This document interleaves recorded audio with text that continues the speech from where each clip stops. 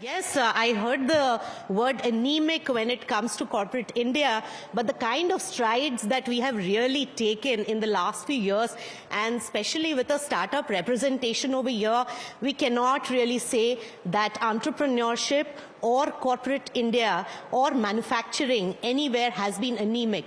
But when we talk about the last few months, the way the uncertainty has really dissipated when it comes to the US trade deal, which, come on, we have to accept, it's our biggest lucrative market. And on the other hand, the government worked, while that uncertainty persisted, government really worked on the second strategy, which is opening the other markets, and that's where the EU FTA along with several others really opened up. And in the middle, the budget also planned for, if nothing works out, we have self-reliance in manufacturing. So that's how I will sum this inflection point, but the biggest tipping point for Indian manufacturing and Indian promoters and Indian entrepreneurs is the opening up of the US market, and therefore the tariffs being competitive from being one of the most punished nations when it comes to the US tariff, we have become the most favored one, and that's coming in as a very big news. From the manufacturing space, we have great representation in Maruti, exporting for several years, a large manufacturer leading from the front when it comes to our global roadmap. So Rahul, when we talk about the manufacturing thrust of India, this US trade deal, what does it mean for the manufacturers and also opening up the most lucrative market much more for us? I think, as you rightly said, the US trade deal, one, of course, will put a lot of uncertainty to rest, and a lot of apprehensions about very penal kind of tariffs on some of our sectors.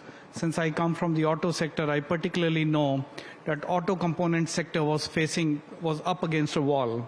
They had to face something like a 50% tariff, which is just impossible to penetrate.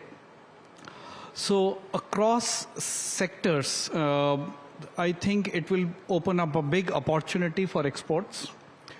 From whatever we are hearing, whatever little details have come out this morning, we don't think there are many areas of sensitivity where there are much concerns.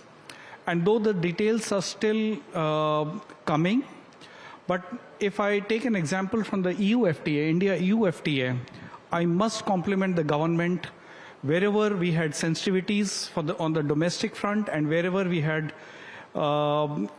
export interest, they have balanced it extremely well. All the areas of sensitivity have been taken care of really well. There has been a very calibrated approach in opening up relevant sections and being sure that when you go into granularity, some sub-segments have been taken care of, some sub-segments have been encouraged while participating in the global stage. So I think it's a big step forward for India. The other big advantage is at a time when geopolitical, kind of tensions, export restrictions are there, it opens up an avenue.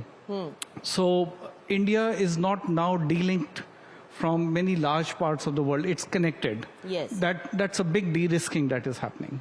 All right. So very, very encouraging words and steps being taken by the government.